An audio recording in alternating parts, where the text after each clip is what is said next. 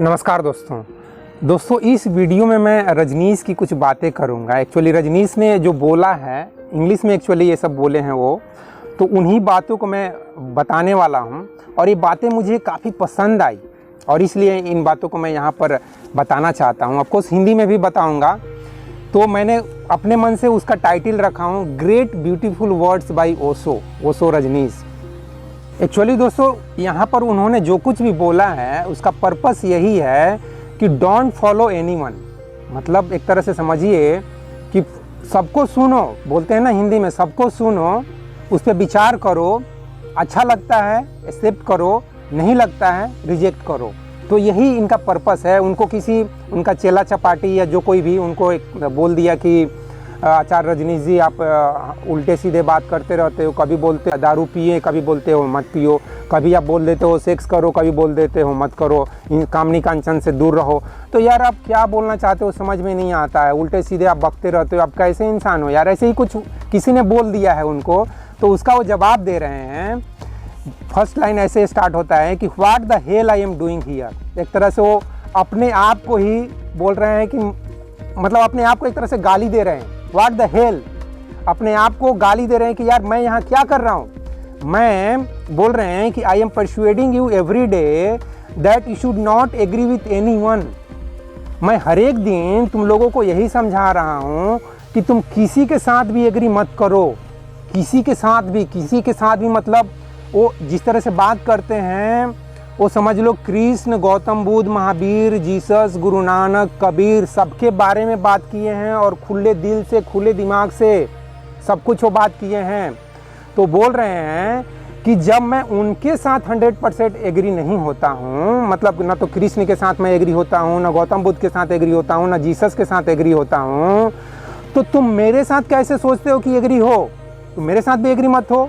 मेरी कुछ बात अगर तुमको ठीक लगती है तो तुम एग्री हो जाओ, नहीं ठीक लगती है रिजेक्ट करो, मुझे गाली दे दो।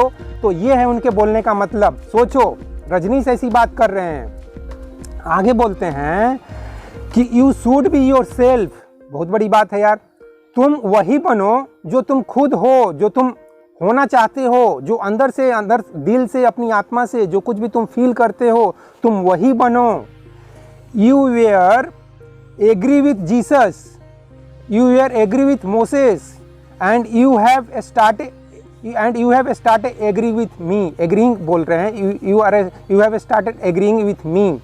मतलब तुमने पहले जीसस के साथ एग्री किए, कृष्ण के साथ एग्री किए, गौतम बुद्ध महावीर के साथ एग्री किए।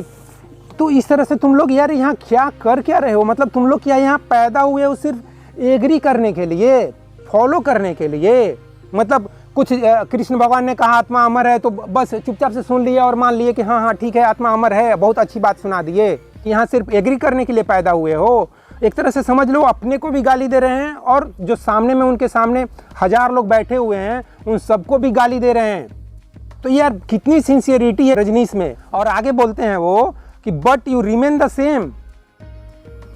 तुम लोग सबको फॉलो किए, कृष्ण से लेकर कृष्णमूर्ति तक, रजनीश तक, सबको, रजनीश का भी नाम ले लिया, सबको तुम फॉलो खाली कर रहे हो, सिर्फ सुन रहे हो। और एक तरह से क्या बोलेंगे, जैसे कि ये कहावत है कि एक कान से सुनो दूसरे कान से निकालो, और फिर जाके वही खटिया बिस्तर पलंग जो भी तोड़ना है तोड़ रहे हो, और वही चिकन मटन खा रहे हो और जैसे मन करता है वैसे जी रहे हो, और आधा घंटा 1 घंटा मेरे पास आके प्रवचन सुन रहे हो। ऐसे करोगे तो थोड़ी जो चेंज होगे। आगे बोलते हैं कि but you remain the same the agreeing fool. बेवकूफ़ बोल रहे हैं, एग्री करने वाला फूल, बेवकूफ़ हो तुम लोग, एक तरह से गाली दे रहे हैं। Your subject change but you don't change. तुम्हारा भले ही विषय चेंज हो जाता हो, कभी ये इसमें मज़े ले रहे हो, कभी उसमें मज़े ले रहे हो, तो खाली मज़े ही ले रहे हो। मेरे सामने मैं देखता हूँ रजनीश बहुत बार इतनी समझदारी की बात करते हैं। अब और उनको मैं एक तरह से समझ लो कि 16 साल के एज से ही सुन रहा हूँ। वो कहीं कहीं इतनी अच्छी बात बोलते हैं जहाँ पर किसी व्यक्ति को ध्यान मग्न होकर विचार करना चाहिए, उनकी एक सेंटेंस पे विचार करना चाहिए। जैसे कि मुझे याद है कि जब मैं 16 साल की एज में जब पहली बार उनकी पुस्तक पढ़ा था संभोग से समाधि की ओर, उसमें एक लाइन लिखे थे, वो लाइन अभी तक मुझे याद है। वो लिखे थे कि इस अस्तित्व में कोई एक चीज़, कोई एक शक्ति ऐसी है जिससे हम निर्भय हो सकें, जिससे हम अभय हो सकें, वो है शक्ति भगवान। मतलब वो बोल रहे हैं कि भले ही तुम सबसे डरो, अपनी बीबी से डरो, बॉस से डरो, एमएलए एमपी पीएम सीएम, जिससे डरना है डरो, लेकिन यार तुम भगवान से भी डरोगे। बड़ा मज़ा आया उस स्टेटमेंट को पढ़कर, यार क्या बात है। मतलब उनकी फर्स्ट बुक ही पढ़कर एक तरह से समझ लो कि मैं उनका एक तरह से दीवाना हो गया, ऐसा समझ लो। लेकिन फिर भी 2 दिन के बाद ही जब एक दोस्त ने मेरे ऊपर कमेंट किया कि लगता है अब अभय भी रजनीश का चेला हो जाएगा, तो उसको मैंने जवाब दिया कि रजनीश का चेला मैं क्यों बनूंगा, रजनीश चाहे तो मेरा चेला बन जाए। तो समझ लो 16 साल के एज में भी मेरे अंदर कैसी अवेयरनेस थी कि मैं रजनीश जैसे शख्सियत को बोला कि मैं क्यों इसका चेला बनूंगा, यार ये चाहे तो मेरा चेला बन जाए। तो मेरे को अगर बोलोगे कि तुम इसका चेला बन गए हो तो मैं यही जवाब दूंगा। मैं बोलता हूँ भगवान को, यार सुप्रीम पावर को बोलता हूँ। कृष्ण, गौतम बुद्ध, महावीर छोड़ो, वो तो अवतार के रूप में काउंट होते हैं। सुप्रीम पावर की मैं बात कर रहा हूँ। मतलब कृष्ण का भी कोई अगर सुप्रीम पावर है, गौतम बुद्ध महावीर का भी कोई सुप्रीम पावर है, जैसा कि आइंस्टीन बोलते हैं I want to understand the mind of God. God के माइंड को आइंस्टीन, जो कि E=mc² जैसा इक्वेशन दिए हैं, थ्योरी ऑफ स्पेशल रिलेटिविटी इस तरह के कॉन्सेप्ट दिए हैं, टाइम स्पेस ग्रेविटी इस तरह को समझने के लिए इस तरह के कॉन्सेप्ट दिए हैं, बड़े बड़े कॉन्सेप्ट दिए हैं। उस भगवान को बोल रहे हैं कि उनके माइंड को मैं समझना चाहता हूँ। तो उसी भगवान की मैं बात कर रहा हूँ कि उस भगवान का भी अगर मुझे बोलोगे कि मैं उसका चेला हूँ, उसका फॉलोअर हूँ, तो मैं बोलूँगा कि नहीं, मैं उसका फॉलोअर नहीं हूँ। मेरे पास अपना एक फ्री विल है, मुझे जो मन में आता है मैं करता हूँ, बस ऐसा समझ लो।